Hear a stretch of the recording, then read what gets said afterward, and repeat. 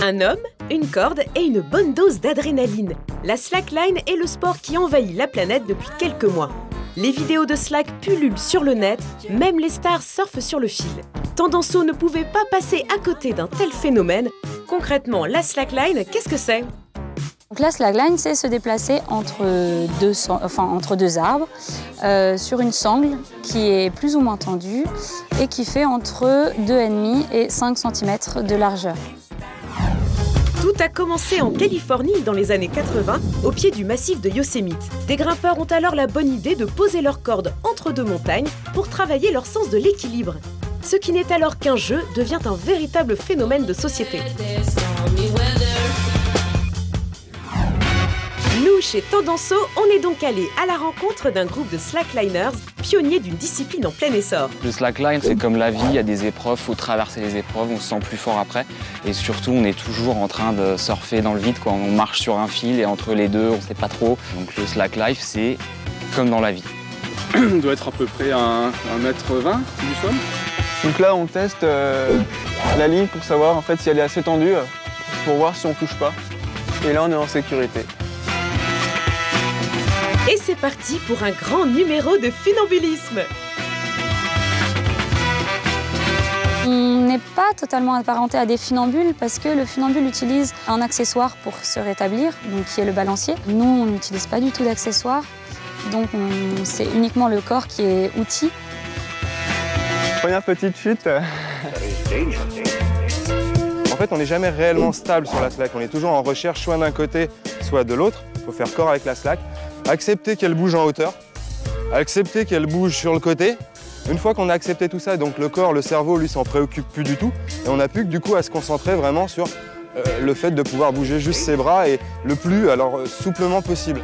La slackline est avant tout un sport mental.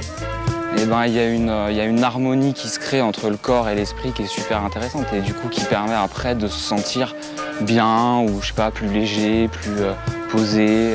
Le but, il est de se combattre tout seul. Hein, on se met un miroir et le combat, il est face à soi-même. Donc c'est soi-même contre soi-même. Et ce combat contre soi-même s'intensifie au gré des différentes déclinaisons de ce sport. Ici, les slackliners font ce qu'on appelle de la jump line.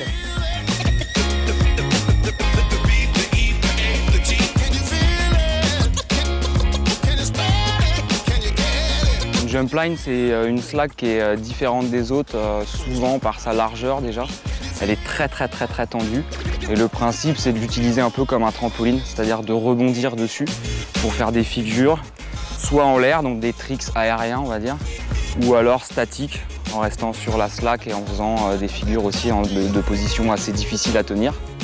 C'est en 2012 que la jump line a largement été popularisée grâce à Madonna. Et oui, lors du Super Bowl, elle avait fait appel au champion Andy Lewis pour animer son show retransmis dans le monde entier. Mais si ce sport se diffuse à la vitesse d'une traînée de poudre, c'est avant tout parce qu'il est pratique. Une slackline, ça s'accroche à peu près n'importe où.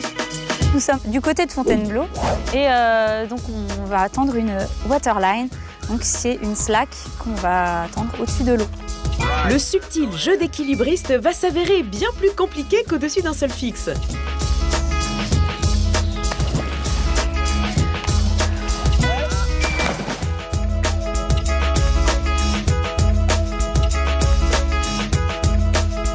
Là, étant donné qu'on n'a pas de points fixes, de points de repère qui sont stables, ça va être vraiment plus difficile au niveau de l'équilibre pour se maintenir correctement sur la slack. Là, on a vu du jump, de la long line, de la waterline et le must du must quand même pour tout slacker. Et je pense que c'est le but qu'on a quand on commence la slack, c'est d'aller faire de la highline. 500 mètres de vide au-dessous de soi, des paysages à couper le souffle. Faire de la highline, c'est un peu le fantasme suprême de tous les slackliners. Ça va être aller poser sa sangle donc, entre deux falaises, en hauteur. Donc à partir de 5-6 mètres de hauteur, c'est déjà considéré comme de la highline. Et ça peut monter à plusieurs centaines de mètres. Sachant que tu es dans une situation qui est totalement non gérée par ton cerveau, parce qu'il te fait savoir que tu n'as pas à être là. Donc il va te balancer des images de chute.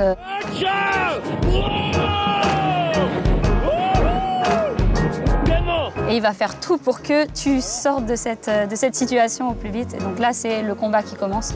Et une fois qu'on a terminé, généralement, on a les yeux un peu mouillés. Pour pratiquer cette discipline, il faut donc 2 arbres ou 2 falaises, une corde, un bon mousqueton, ça peut servir, et surtout une bonne dose de courage.